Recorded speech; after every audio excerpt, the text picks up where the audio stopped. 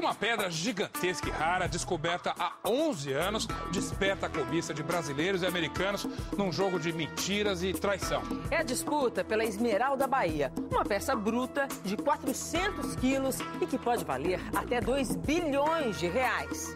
Hoje a pedra está sob o poder da justiça americana em Los Angeles. E uma pergunta permanece sem resposta. Afinal, quem é o verdadeiro dono da super esmeralda? Brincos de 200 mil reais. Uma pulseira de 110 mil. E este anel, 76 mil. Colares dignos de uma princesa. Essas maravilhas são as esmeraldas que a gente conhece. Mas e se a esmeralda for assim, em vez de polida e brilhante, uma pedra bruta, gigantesca? Pode valer quanto? Esta aqui é brasileira, talvez a maior de todos os tempos. Quase 400 quilos. O preço pode chegar a $1 bilhão, 2 bilhões de reais. Essa aí é uma peça de coleção. Foi descoberta numa mina baiana em 2001.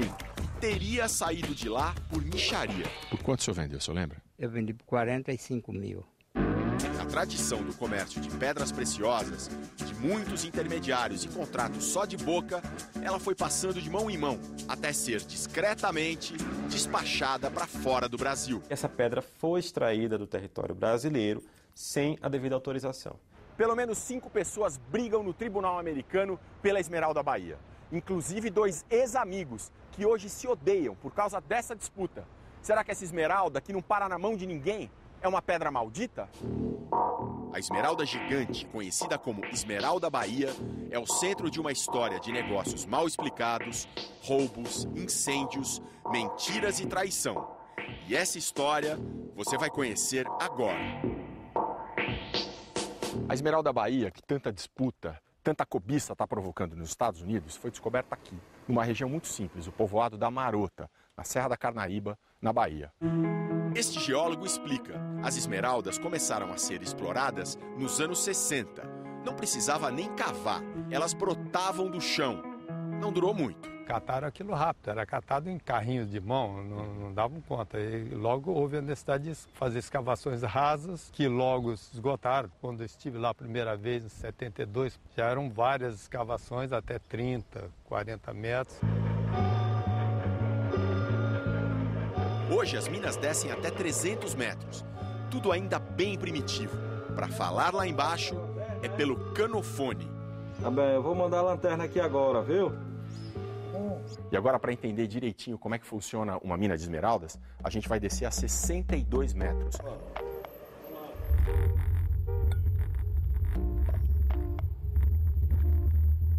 A gente finalmente chegou à galeria, um local muito úmido. No caminho, mesmo a rocha que parece mais comum, sempre esconde algum brilho. Isso aí é tudo região. A região de onde foi extraída a canga e outras esmeraldas também. Canga ou ganga é essa mistura de esmeralda com rocha. A Esmeralda Bahia é uma canga.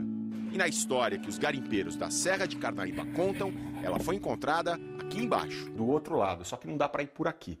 Por isso nós vamos dar a volta pela galeria para chegar no lugar exato. Não parece, porque está cheio d'água, mas esse poço tem 27 metros de profundidade. Então a gente tem que passar com bastante cuidado.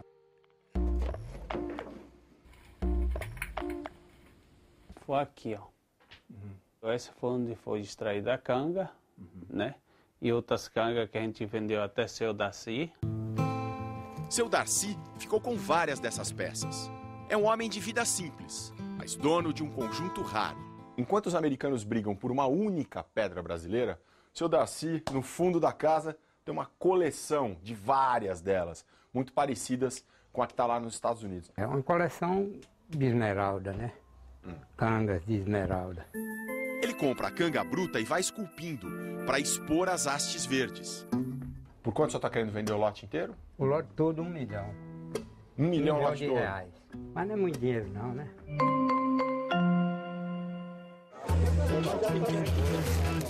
Mas o principal negócio na área é o comércio de esmeraldas pequenas e não tão valiosas. Campo Formoso é o principal ponto de venda das esmeraldas que saem das minas. Em lugares como esse aqui, bem no centro da cidade, a Feira do Rato. É um comércio que gira em torno aqui também. fica comprando aqui e vendendo aqui mesmo. Essas pedras aqui, quem que compra? Rapaz, quem compra elas aqui é os indianos. A grande parte das esmeraldas compradas aqui na Serra de Carnaíba por mais de 30 companhias indianas é vendida para o mercado árabe, onde é usada em decoração de casas e de mesquitas. Conversamos com indianos no hotel. Fomos até o escritório deles na cidade. Rapaz, olha, eles não chegaram ainda. Esse negócio é obscuro, envolvido em segredo. Nenhum indiano quis gravar a entrevista. As pedras chegam aos indianos na cidade, vindas das minas, que ficam afastadas, em povoados como Carnaíba de Cima. Mesmo depois que as pedras são vendidas e vêm para cá, para a cidade grande, é como se elas trouxessem consigo os mistérios do garimpo. É o caso da saga da Esmeralda Bahia, cheia de versões diferentes, depende de quem conta. O seu Darcy, que você viu no começo desta reportagem, diz que comprou a pedra na boca da mina por R$10 mil e que a revendeu por R$45 mil. Mas essas transações não aparecem no processo americano. Nos Estados Unidos, quem está no jogo são dois novos personagens. Os comerciantes Elson Ribeiro e Rui Saraiva Filho, de São Paulo. Eles têm uma versão diferente da do seu Darcy, e da qual ele não faz parte. Elson Ribeiro afirmou à justiça americana que a família dele era dona da mina na época em que a esmeralda foi achada. Ele alega que, sem passar por intermediários, a pedra foi levada para São Paulo. E foi assim que os compradores americanos entraram na jogada, na figura do empresário Tony Thomas. Tony disse também à Justiça dos Estados Unidos que foi apresentado aos brasileiros por outro americano, Ken Coneto, do qual era muito amigo. Elson e Rui dizem que nunca venderam a esmeralda. Mas no depoimento, Tony declarou que, encantado pela pedra, pagou por ela $60 mil. Em valores de hoje, cerca de R$120 mil. Mas será que a pedra valia só isso mesmo ou muito mais? Este especialista de São Paulo foi chamado para avaliar. E ele deu este laudo, liberado pela Justiça de Los Angeles na internet. Ele atribui à pedra um valor altíssimo, $925 milhões, quase R$2 bilhões. Quem que pagaria tudo isso por uma esmeralda dessa? Aquele que pagaria 106 milhões para um quadro do Picasso. O senhor Dimitri, imigrante turco de origem grega, com 90 anos de idade, 40 de Brasil e muitas histórias, hoje trabalha em um pequeno escritório no centro paulistano.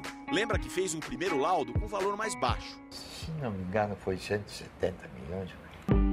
Mas os clientes reclamaram, ele aumentou e se justifica. São peças que não podem ser comparadas. Não existem tabelas por este tipo de peças, vamos dizer, são únicas no mundo. Como muitas coisas raras, o preço é estabelecido entre o comprador e vendedor. Já o presidente de um grande museu americano, com 42 anos de experiência em pedras preciosas, diz que a Esmeralda Bahia não vale tudo isso. Pelas fotos, avalia. O fato de ela ter sido mexida e danificada diminui muito o interesse. Para ter valor e beleza, tem de estar totalmente intocada. E não se entusiasma nem com os 400 quilos da pedra. As coisas boas vêm em embalagens pequenas, ele brinca. Mas opiniões como essa não esfriam a briga pela pedra. Tony Thomas declarou que, depois de acertar a compra da esmeralda, voltou para os Estados Unidos com o amigo Ken Coneto. A pedra seria entregue depois, só que ela nunca chegou.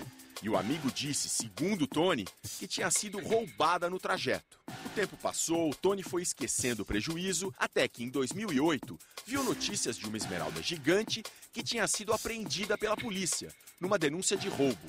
Reconheceu na hora, era a Esmeralda Bahia. Que história, hein? O Fantástico foi à Califórnia falar com os policiais que fizeram a apreensão. Ninguém conhece mais esse caso tão complicado das esmeraldas como o Scott e o Mark. Eles são detetives da polícia da região de Los Angeles. Os dois contam que se espantaram com a quantidade de supostos donos e suas versões mirabolantes. Como tem tanta fraude nesse caso e tantas histórias sobre a esmeralda, diz Mark, nós resolvemos guardá-la e deixar um juiz decidir quem é o dono. Desde a chegada aos Estados Unidos, vinda do Brasil, a Super Esmeralda tinha passado por várias fases. Ficou em um cofre em Nova Orleans, bem na época do furacão Katrina. Ela ficou inundada no terceiro subsolo e foi resgatada por mergulhadores, diz o policial. Depois passou de mão em mão. E agora, cada um desse monte de intermediários diz que é o verdadeiro dono. Como prova de que a esmeralda era dele, Tony Thomas apresentou esta foto, tirada em São Paulo em 2001. Mas a história do Tony Thomas tem um furo. Se ele comprou mesmo a esmeralda, cadê o comprovante? Sumiu. Tony disse que o papel virou cinza num incêndio na casa dele em 2006. Que o fogo foi ateado pelo ex-amigo Ken Coneto. Para Thomas, o incêndio foi provocado para tirá-lo do jogo. Ele não poderia mais provar que era o proprietário. Só tem um detalhe que a gente ainda não explicou. O Ken Coneto não tinha falado para o Tony Thomas que a esmeralda havia sumido no trajeto entre aqui, o aeroporto de Viracopos, e os Estados Unidos? Então como é que de repente a pedra apareceu lá? É que a esmeralda tinha sim sido enviada para os Estados Unidos. Saiu de Campinas, como se fosse uma encomenda aérea qualquer. Segundo informações obtidas pelo Fantástico, no comprovante da empresa de encomendas expressas estava escrito apenas pedra. O envio se deu sem o devido registro de exportação dessa pedra. O governo brasileiro entrou na história e quer a pedra de volta, imediatamente. A Esmeralda da Bahia é parte do patrimônio nacional. Assim que retornar, deve ser colocada à disposição para a realização de estudos científicos, a exposição em museus, em estabelecimentos de ensino. Foram os brasileiros Elson Ribeiro e Rui Saraiva Filho que despacharam a pedra aos Estados Unidos. Por isso, eles estão sendo investigados. Eles podem ser, sim, condenados pela Justiça Federal por evasão de divisas, falsidade ideológica, enfim, entre outras atividades ilícitas. Elson Ribeiro tem lojas em Limeira, a 150 quilômetros de São Paulo. Ele tá? Não tá. Deixamos recado, cartão e todos os nossos contatos. Ele não ligou de volta. Na casa de Rui Saraiva Filho, em São Paulo, o porteiro disse que ele não estava. Também deixamos os contatos, mas ele não nos procurou. Durante 3 semanas, conversamos por telefone com o Tony Thomas, que não quis gravar a entrevista. Ken Coneto só atendeu a uma ligação e disse que não falaria. A Justiça da Califórnia retoma o caso agora em outubro. O julgamento já tem data, janeiro do ano que vem. Num único ponto, todos os interessados na Esmeralda Bahia parecem concordar. O destino dela não é virar uma dessas joias fantásticas que enchem os olhos, e sim ser admirada como um todo, em sua forma natural. Para que ela serve? Ela serve? Nada. É uma raridade. Uma raridade, não tem uma igual.